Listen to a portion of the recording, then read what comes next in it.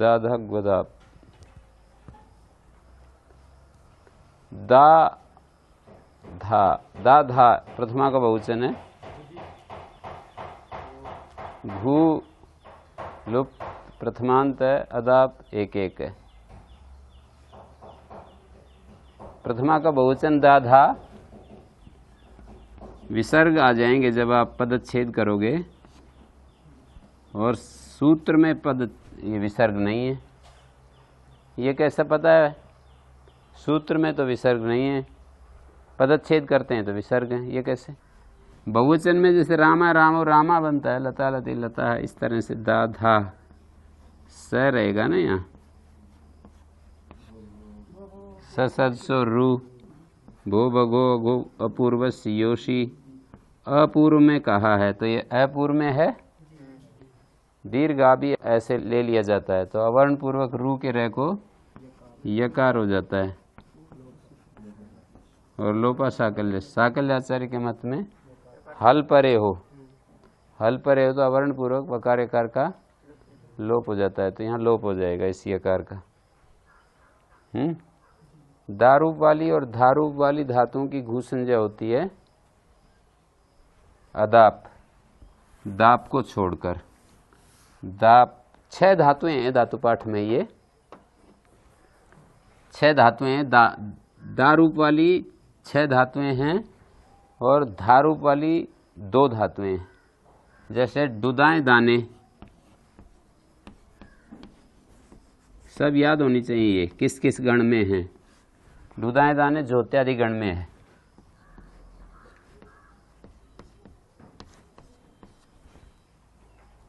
देंग रक्षणे,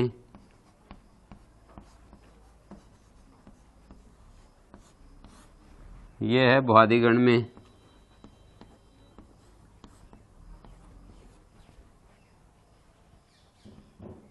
दो अवखंडने,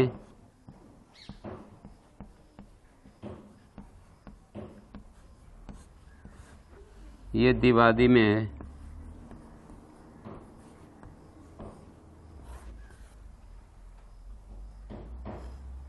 और दान दाने, दान दाने भुआदिगण में।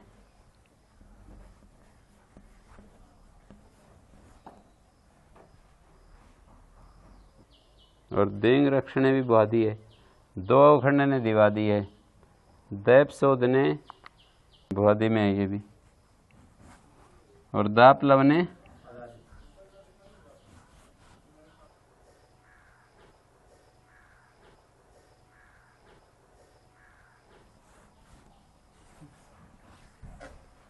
और आगे है धेट पाने भुआदि।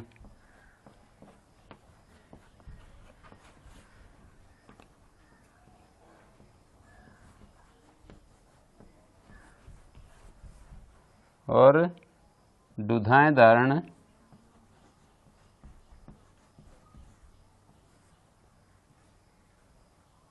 धारण पोषणयो।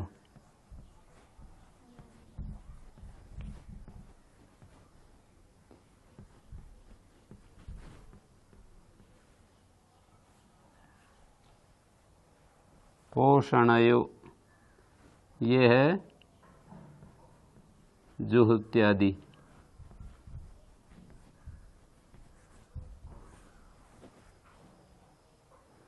ठीक है।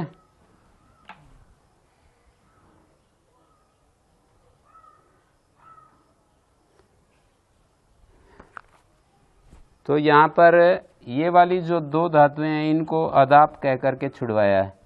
दाप का जो दई है इसको भी दाप बन जाएगा। अनुबंध के रहते हुए भी आदेश उपदेश स्थिति से आई को आ हो जाएगा। परिभाषा का स्वरूप है नानुबंध कृतम अनेजंतत्वम। अनुबंध के द्वारा एजंतत्व की हानि नहीं होती। नानुबंध कृतम अनेजंतत्वम, अनुबंध के द्वारा अनेजंतत्वम न, अर्थात एजंतत्वम एव भवति। अनुबंध जो होता है वो एजंतत्व की हानि नहीं करेगा, अर्थात एजंत ही बनाए रखेगा। जैसे ये दैप है ना, पकार अनुबंध इसको एजंत का व्याघात नहीं करेगा, पकार के रहते हुए भी इस धातु को एजंत ही मानेंगे। अनुबंध कृतम अनेजंतत्वम, नानुबंध कृतम अनेजंतत्वम, परिभाषा कैसे अर्थ देगी? नानुबंध कृतम अनेजंतत्वम,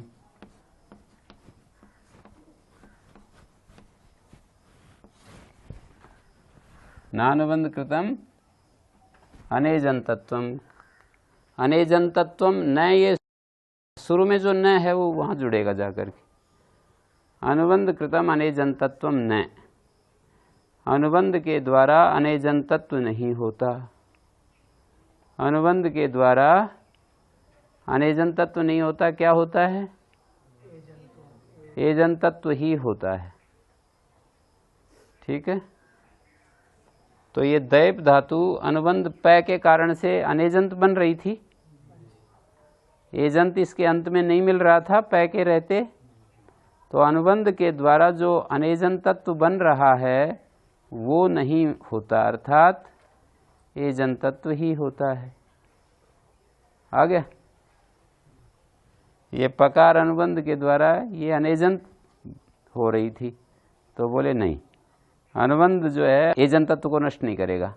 अनेजंतत्वम न, दो निषेध है ना, तो सीधा अर्थ हो जाएगा न एजंतत्वम अनेजंतत्वम। एक तो ये न है और एक ये वाला न है शुरू में जो है, एक तो यहाँ पर न है ये न एजंतत्वम अनेजंतत्वम, एक ये न है अनेजंतत्वम न, इसका क्या अर्थ निकलेगा बताओ? क्यों नहीं समझ में आ रहा? जैसे कोई यूं कहे अनार्य नहीं है तो क्या अर्थ निकलेगा?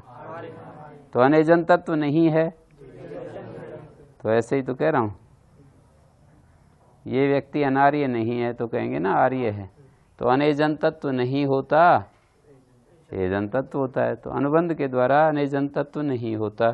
तो दैप जो है एजंत मान करके आ हो गया, तो अनुबंध बना हुआ है फिर भी इसको एजंत कह करके आ हो जाएगा, फिर दाप बन गई।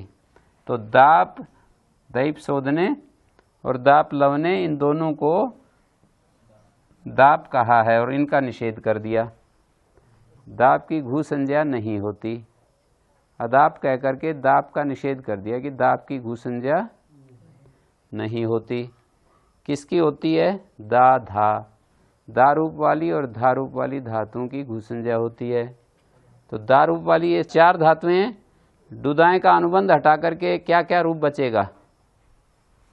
ये हटा दो हलंत्यम और डू आदि टूडवा, इसको गे हटा दो, दे बचेगा, इसको आदेश उपदेश स्थिति से एजंत को आ हो जाता है उपदेश में ही, इसको भी आदेश उपदेश स्थिति दा, ये दान का नय हटा देंगे तो दा, तो ये दा रूप वाली धातु हो गई। और धेट का टय हलंत्यम और धे को आदेश उपदेश धा, आदेश उपदेश असिति। क्या अर्थ है आदेश उपदेश असिति का? क्या अर्थ है? आदेश उपदेश स्थिति को यहाँ घटाना है, धेट में, देंग में, दो में, दैप में, चार जगह लग रहा है ना, ये आदेश उपदेश स्थिति चार जगह लग रहा है।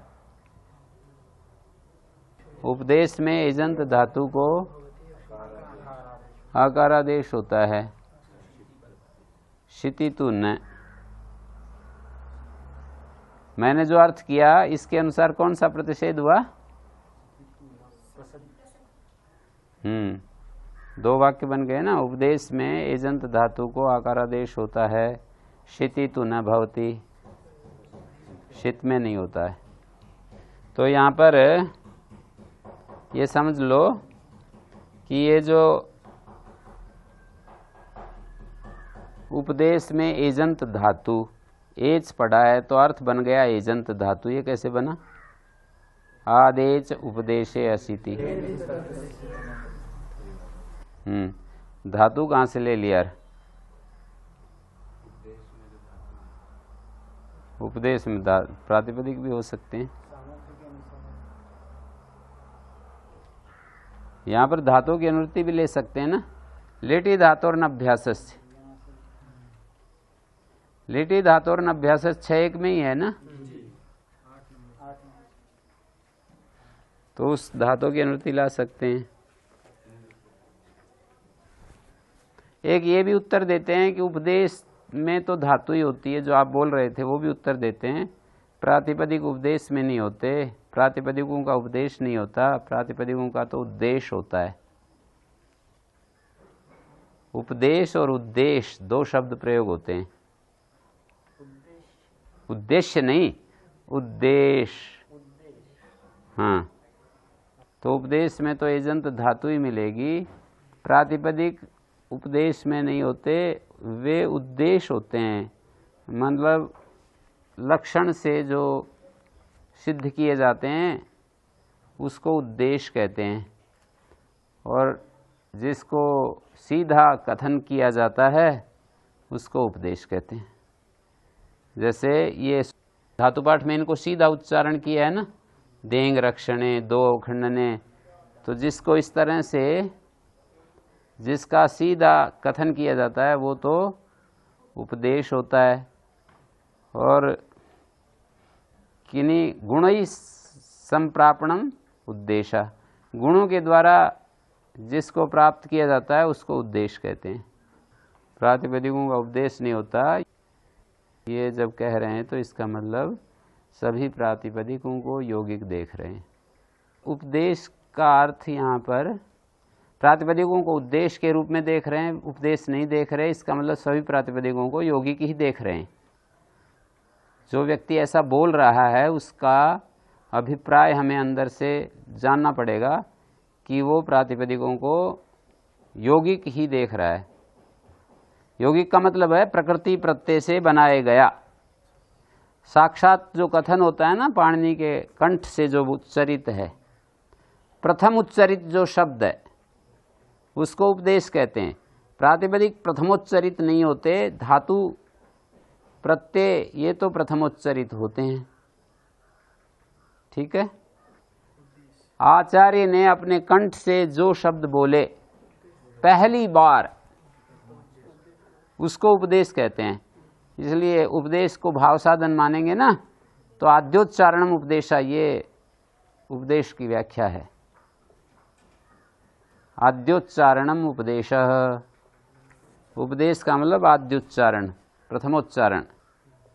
पाणिनि ने जिनका आद्योच्चारण किया है, तो धातुओं का आद्योच्चारण है, प्रत्ययों का, आगम का, आदेश का, इनका तो आद्योच्चारण है, पर प्रातिपदिकों का आद्योच्चारण नहीं है। प्रकृति प्रत्यय मिला करके प्रातिपदिक बनाए जाते हैं, ऐसा वो देख रहा है। वैसे तो रूढ़ प्रातिपदिक भी मान लिए जाते हैं, तो रूढ़ प्रातिपदिकों का तो आद्योच्चारण भी हो जाएगा। जैसे गण में जो शब्द पढ़े हैं, गणों में तद यत एतद इदम अदस अस्मद अस्मद युष्मद अस्मद भवतु किम, बहुत सारे शब्द जैसे प्र परा सम अनुभव निस्न, ये रूढ़ प्रातिपदिक भी होते ही हैं। पर यहाँ पर एक एक बात को सामने रख करके वो बात कह देते हैं। ठीक है, उसका बोलते हैं उसको आश्रय नहीं किया, उस नियम का आश्रय नहीं किया, उस सिद्धांत का आश्रय नहीं किया, और तब ये बात कह दी। आश्रय और अनाश्रय कैसे करते हैं? किसी सिद्धांत का या नियम का आश्रय कर लेते हैं, कहीं कहीं नहीं भी करते हैं। जैसे प्रातिपदिक जो हैं वो प्रकृति प्रत्यय से बनाए जाते हैं, ये तो यौगिक पक्ष है। प्रातिपदिक रूढ़ भी होते हैं, अर्थात जरूरी नहीं कि प्रकृति प्रत्यय से ही बनाए जाएं, एक ये पक्ष है। तो कभी कभी एक पक्ष को लेकर के ये बात कह दी, कभी कभी एक पक्ष से कोई बात कह दी जाती है, कभी दूसरे पक्ष को लेकर बात कही जाती है। महाभाष्य में आता है कि 4 प्रकार के शब्द होते हैं। पहले एक बात कही, जाति शब्द, गुण शब्द, क्रिया शब्द, यदृच्छा शब्द। यदृच्छा का मतलब रूढ़ी शब्द, यदृच्छा माने रूढ़ी। तो 4 प्रकार के शब्द होते हैं, ये बात कही। फिर एक थोड़ा सा दूर चल कर के वहीं पर चर्चा में बोले, पहले तो बोले चतुष्टयी शब्दानाम प्रवृत्ति, जाति शब्द, गुण शब्द, क्रिया शब्द, यदृच्छा शब्द। फिर थोड़ी दूर चल करके वहीं उसी संदर्भ में त्रयी शब्दानाम प्रवृत्ति न सन्ति यदृच्छा शब्दाः, हैं? जाति शब्द, गुण शब्द, क्रिया शब्द ही होते हैं, यदृच्छा शब्द नहीं होते हैं। तो यूँ बोले एक बार तो कह रहे हो चतुष्टयी, एक बार त्रयी, तो बोले हाँ पक्षांतरी परिहारा भवन्ति, पक्षांतर को लेकर के भी परिहार होते हैं। परिहार का मतलब समाधान एक दूसरे पक्ष से भी कर देते हैं। समस्या एक पक्ष में है, समाधान दूसरे पक्ष में दे दिया। ऐसा सिद्धांत मानकर चलेंगे ना, 4 प्रकार के शब्द होते हैं, तो समस्या दर्शाई और समाधान दे दिया। 3 प्रकार के शब्द होते हैं, समाधान दे दिया, तो पक्षांतरी रवि परिहारा भवन्ति, पक्षांतर का आश्रय करके भी परिहार होते हैं। इस सिद्धांत को सब जगह लगा सकते हैं, पक्षांतर से परिहार होते हैं। इसका मतलब किसी एक पक्ष को अनदेखा कर सकते हैं, एक दूसरे पक्ष में अपनी बात कह सकते हैं। इसको ही अनाश्रय कहते हैं।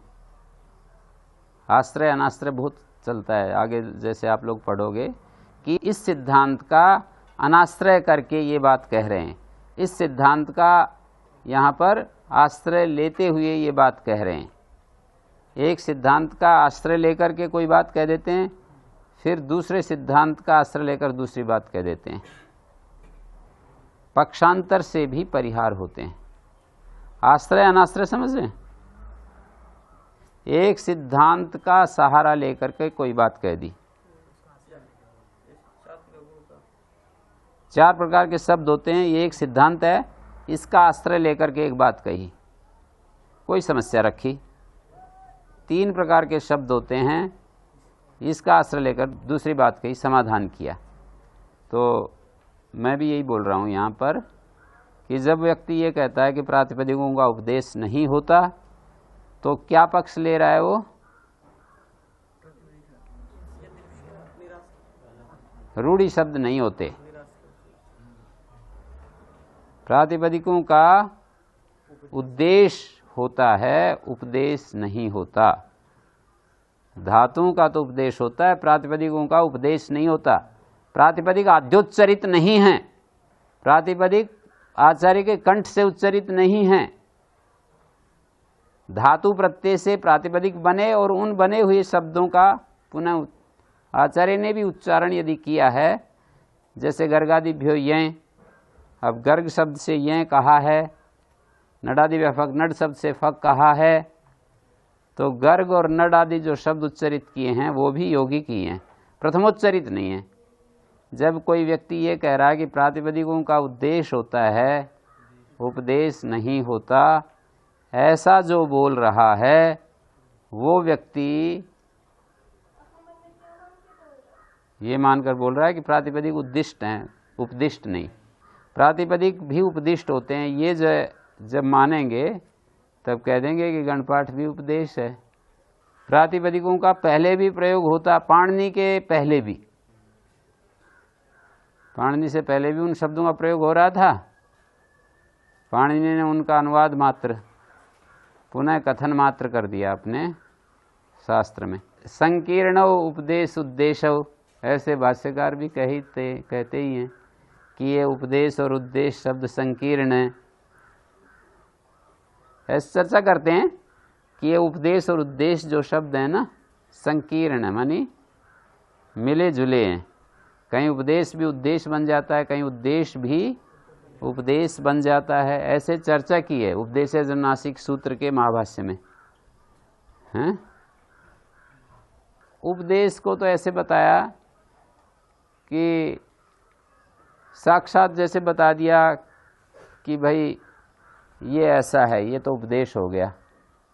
और कुछ लक्षण बता दिए और लक्षण के द्वारा हम उसको समझते हैं। तो वो लक्षण, जैसे लोक में लक्षण, देवदत्त को आप मुझे बताओ, मैं देवदत्त से मिलना चाहता हूँ, वो जाकर के देवदत्त से मिलने के लिए और कहीं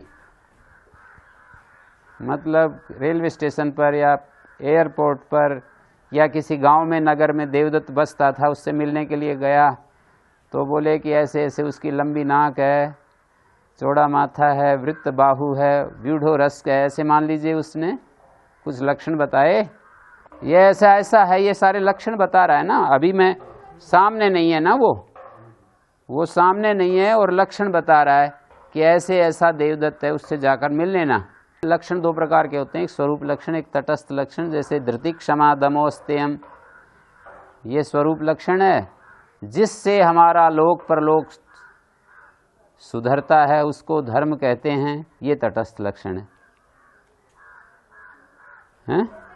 सच्चिदानंद स्वरूप, ये स्वरूप लक्षण है, परमात्मा का सच्चित आनंद स्वरूप है परमेश्वर, ये उसका स्वरूप लक्षण है।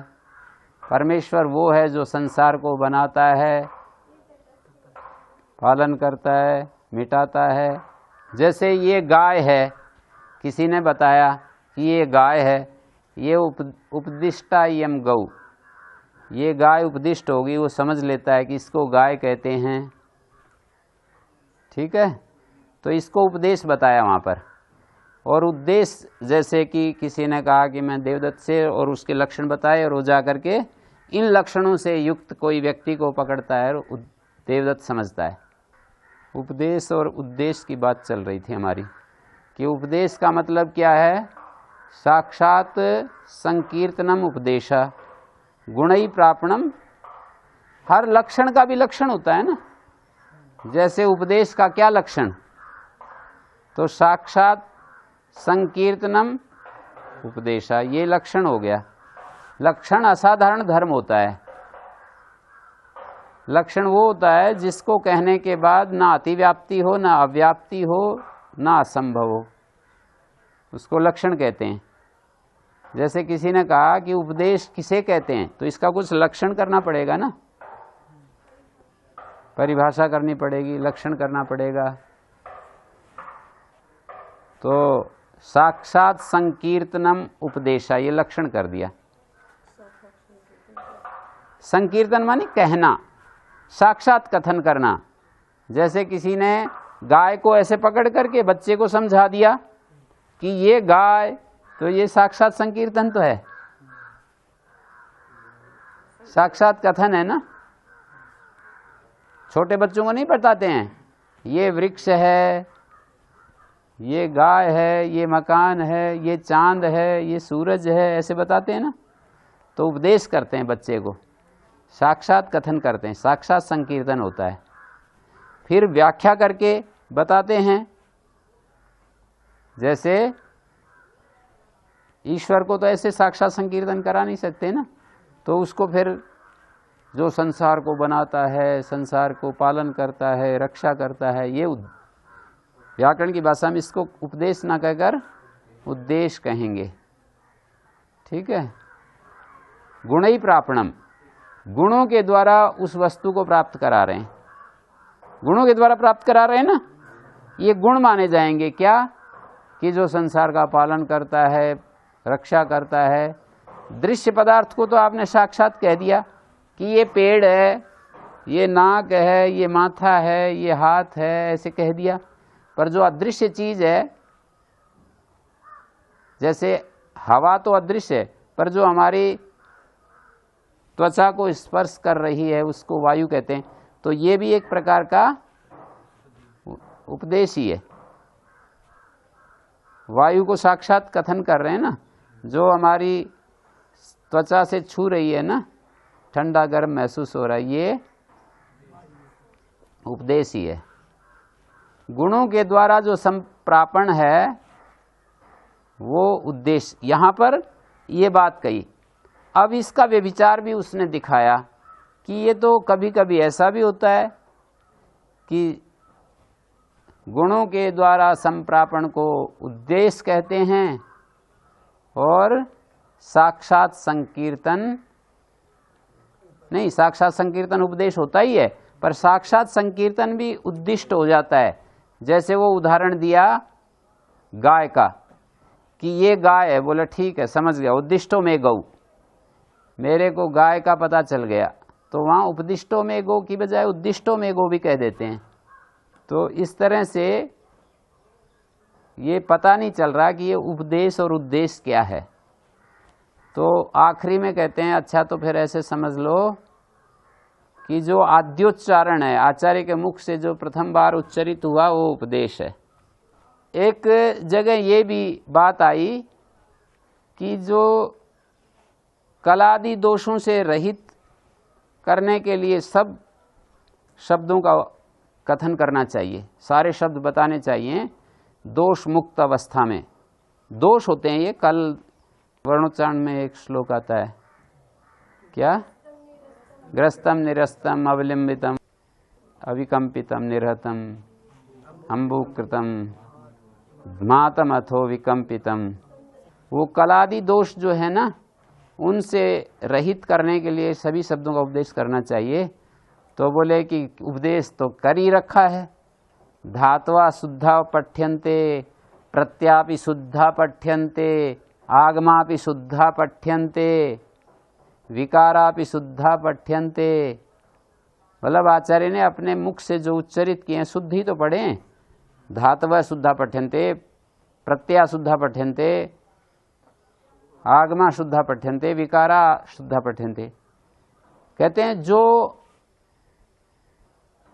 गणों में जो शब्द पढ़े हैं वो भी शुद्ध पढ़े हैं, और जिन शब्दों को गणों में भी नहीं पढ़ा फिर उनका क्या गति होगी।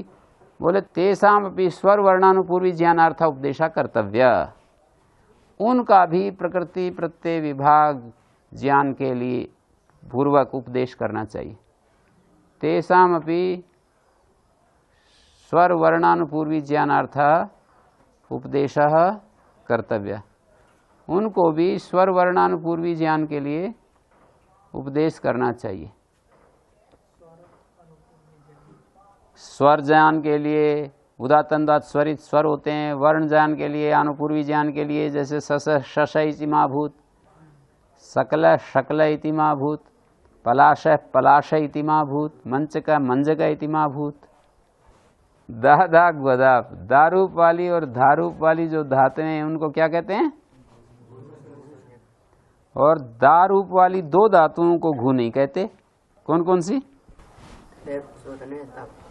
हाँ दैव शोधने और दाप लवने, इनको घू नाम से नहीं पुकारते। घू बोलने से क्या पकड़ेंगे, 6 धातुएं पकड़ेंगे, ठीक है। घू बोलने से 6 धातुएं लेंगे, और जो है ये आपके सामने रख दिए हैं, ये स्थिति है धातुओं की। घू संज्ञा के क्या क्या कार्य हैं, विधि प्रदेश कौन सा है, घुमा स्था गापा जाति सम हली नेर गदनद पद पद घुमाश्चति हंति आतिवाति द्रातिप साति वक्ति वहति साम्यति चेन्यति देख धीसुच दोदत घो घसोरिद्धावभ्यास लोपश्च। जहां भी घू कह करके कार्य किया जाएगा वहां हम 6 धातुओं को पकड़ लेंगे, ठीक है। जैसे दा धातु का लट लकार लाए, और लट के स्थान में ये लट लाए कर्मवाच्य में। किस सूत्र से आता है लट कर्मवाच्य में प्रियार्चना, हाँ, तो ल कर्मणि से ये कर्म में लकार ले आए और इसके स्थान में तिबाद्युत्पत्ति हुई तय, और टितात्म पदानाम, ये सारे तय लाने में पद विभाग अष्टादश प्रत्योत्पत्ति, लादेश अष्टादश प्रत्योत्पत्ति हो जाएगी। फिर 2 पद परस्मै पद आत्मने पद, पद पुरुष विभाग पुरुष नियम, वचन विभाग वचन नियम, ते आ गया। अब ये कर्मवाच्य में आया है, तो कर्मवाची सार धातु को तो यक और कर्तावाची सार धातु को तो शब्द, कर्तृ शब्द कर्तावाची सार धातु परिवर्तित करता है, और कर्मवाची भाववाची सार धातु को तो यक हो गया, सार धातु के यक। ये स्थिति है ना। कित गित प्रत्यय परे हो, तो घू संज्ञक को दीर्घ इकारादेश हो जाता है। घुमास्था गापा जातसाम हली, हलादि कित कित परे हो, हली का अर्थ हलादि कैसे बना? अब बोलो, हली पद का हलादि अर्थ कैसे बना? हाँ, यस्मिन विधिस तदादो वल ग्रहणे, एक परिभाषा है, उससे आदि का ग्रहण नहीं, तदादि का ग्रहण। हल आदि में जिसके हलादि समुदाय का ग्रहण हो जाएगा। हलादि कित कित परे हो तो ईकारादेश हो जाता है, तो दीयते रूप बन गया, कै हलंत्यम चला जाएगा। ये घुसंज्ञा होने से क्या लाभ मिला? दा धातु की घुसंज्ञा होने से क्या लाभ मिला? घुमास्था सूत्र से ईकारादेश हो गया है। इस तरह से आपको ये सूत्र समझने पड़ेंगे। दूसरा उदाहरण, जैसे प्र और नी दो उपसर्ग होते हैं और दा धातु से वो तो कर्म में लाए थे, अब कर्ता में ले आए, लट लकार कर्ता में लाए, परस्मैपद पद में तिप आ गया है। कर्तरी शप, ज्योत्यादिव्या ज्योत्यादिव्या श्लू और श्लौ दुर्वचन दा दा दा पूर्व व्यासा ह्रस्व से ह्रस्व हो गया, ददाती। फिर ये कहता है निर्गदनद कि उपसर्गस्थ निमित्त से उत्तर, उपसर्ग में स्थित रेफ या शकार हो, यहां उपसर्ग में स्थित से यहां पर, तो रेफ और शकार से उत्तर, ये जो न है इसको न हो जाएगा, घू संज्ञक परे रहते, है ना। ये जो ददाती के पर रहते, उपसर्ग में स्थित शकार से उत्तर न को न हो जाता है। निर्गदनद पद पद,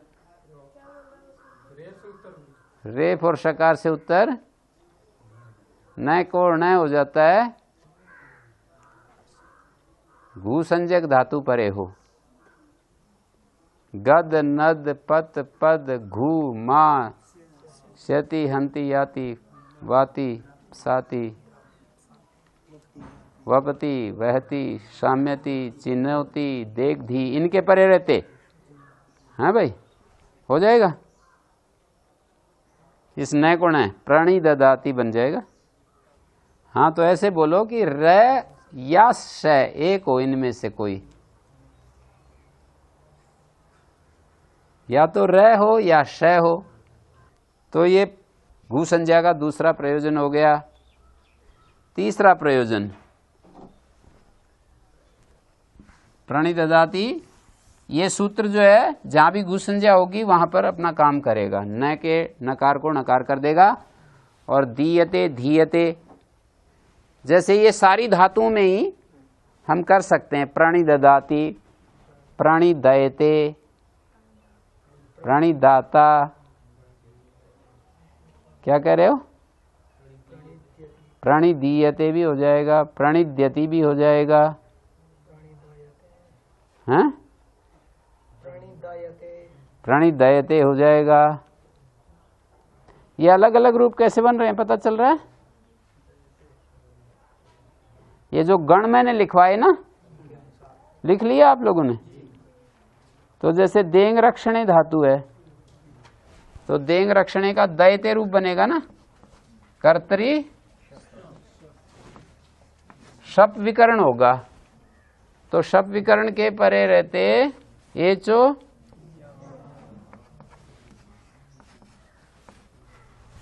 दयते बन गए ना। तो घू संज्ञक तो है ही, प्रपूर्वक नी को ण हो जाएगा। ठीक है, समझ गए? प्राणी दयते, देंग धातु का दयते है, दो अवखंडने का बनाएंगे तो प्राणिद्यति हो जाएगा, दो और तिप दिवादिव्यशन आ गया है। ये जिस गण की धातु है उसी गण का विकरण। शन के परे तो होता शनि, एक सूत्र है 7वें अध्याय के तीसरे पाद में, शन के परे रहते, शनि सप्तमी है, शन के परे रहते, ओकार का लोप हो जाता है, लोप की निवृत्ति आ रही है, घोर लोपो लेटिवा। तो यहाँ पर 2 का द बच गया। हलोन्त्यस्य से जो लोप होगा वो अंतिम को होता है। जो घूमा स्था सूत्र लगा रहे थे ना कि घूमा स्था इन धातुओं को ई होता है, ई, वहां भी अलोन्त्यस्य परिभाषा लग जाएगी दीयते बनाते समय। दा के आ को ई हो जाएगा। तो द य प्रणिद्यति बन गया। ठीक है, प्रणिद्यति, प्रणिदयते, प्रणिदाता। प्रयपूर्वक नी धातु का दाता रूप कहाँ बना? जैसे दान दाने है और हम रूप ले आए लुट लकार, लुट के स्थान में तिप, लुटा प्रथमस्य डा आदेश हो गया है। शतासी आर धातु का शेड बला दे एकाच उपदेशे। धातु एकाच है और अनुदात्त है। दा धातु एकाच और अनुदात्त है। अनुदात्त है, उदात्त है, इसका क्या अर्थ? अनुदात्त और अनुदात्त में बहुत ज्यादा अंतर है। अनुदात्त होने से एकाच उपदेश अनुदात्ता इट निषेध होगा और अनुदात्त इत संज्ञक होता आत्मपद होता है। तो यहाँ पर निषेध हो गया। और डित होने से डा का आ, डित होने से टी भाग का लोप। आस में टी संज्ञा किसकी है? तास में। तो प्रणिदाता बन गया है। आस भाग का लोप हो गया। ये त्रिच से भी रूप बनता है। जैसे एक तो लुट के स्थान में तिप डा और एक त्रिच रूप नुल त्रिचौ, नुल त्रिचौ से त्रिच हो गया और त्रि आर धातु का शेड वाला दे एकाच उपदेश अनुदाता दात्री बन गया ना।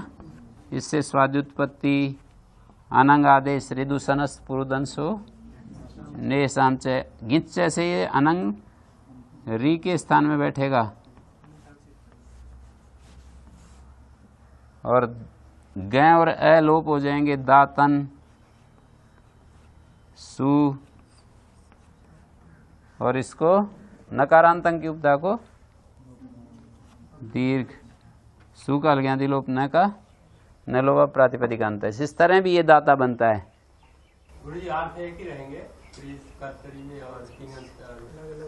ये कैसे हो जाएगा? वो लुट लकार का अनतने लुट, हाँ वो भविष्यत काल का है और ये कर्ता में काल में। काल नहीं बताओगे? हाँ कौन से काल में है? तीनों कालों में एक ही हाँ तो काल तो देख सकते हैं ना, तीनों काल हो जाएंगे, ये अलग बात है। प्रणिदाता माने विशेष रूप से देने वाला, मान लीजिए वर्तमान काल में भी देने वाला, भूतकाल में भी देने वाला, भविष्यत काल में भी देने वाला, ऐसा देख सकते हैं। काल क्यों नहीं देख सकते? तो ये दूसरा सूत्र ये हो गया, एक घुमास्ता सूत्र हो गया। और क्या क्या उदाहरण दिए हैं? प्रणयच्छति में प्रपूर्वक नीपूर्वक दा धातु है और आगे लट लकार के स्थान में तिप आ गया। ठीक है, तिप आ गया ना। और कर्तरी दान को यच्छ आदेश हो गया। यहां पर जो है ये घू संज्ञा के कारण से यच्छ हुआ, ऐसा नहीं, वहां दान पढ़ा है। पा घ्रा ध्मा स्थाम ना दान दृश्यर्थी, दान पढ़ा है तो दान को यच्छ आदेश हो गया। यहां पर कार्य यही है, प्र से उत्तर न को जो न हुआ है यही कार्य है। हाँ? नेरगद नद सूत्र जो मैं बता रहा हूं, नेरगद नद सूत्र से ये जो न को न होता है ना, यही कार्य यहां पर भी है। प्रणयच्छति में दान को यच्छादेश हो गया और प्रणयच्छति में वही कार्य है जो कि नेरगद न को न हो गया। घूसंज्ञा का फल पूछे तो ये बताने पड़ेंगे।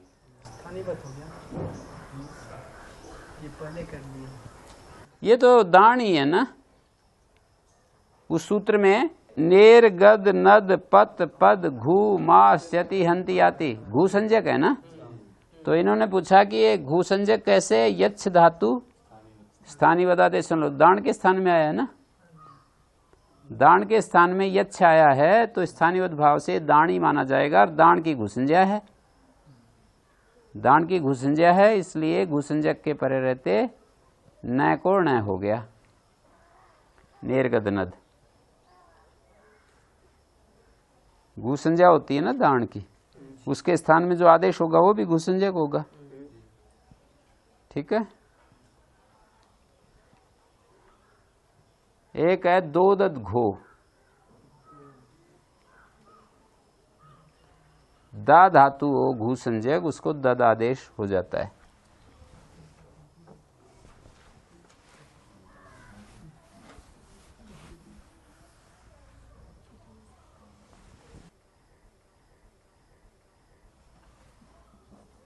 दा धातु एकता प्रत्यय है, निष्ठा प्रत्यय होता है ना धातु से भूतकाल में।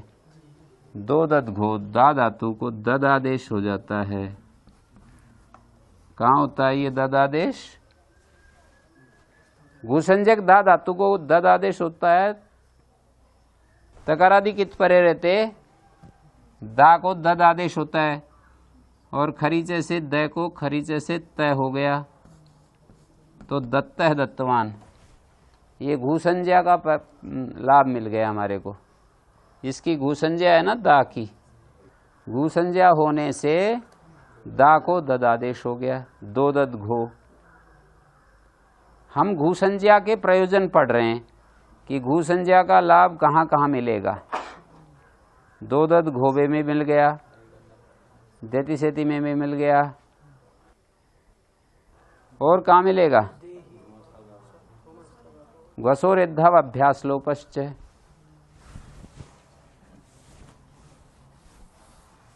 वहां पर भी तो घुसंज्ञा शब्द घू पड़ा है ना। जैसे दा धातु है, लोट लकार, लोट लकार कर्तृवाच्य में आयला कर्मणि च भावे च कर्म के भ्या, और इसके स्थान में सिप आ गया, मध्यम पुरुष। मध्यम पुरुष लाते समय वो सूत्र भी सारे बदल जाएंगे। तिंगस त्रीणि त्रीणि प्रथम मध्यमोत्तमा युष्मद्युपदे समानाधिकरणे स्थानिनी भी मध्यमा, और शेर ये पीछे से ही आदेश हो गया।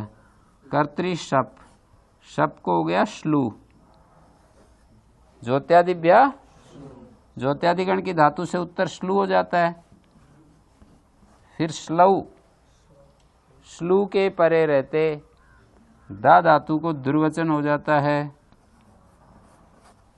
ठीक है।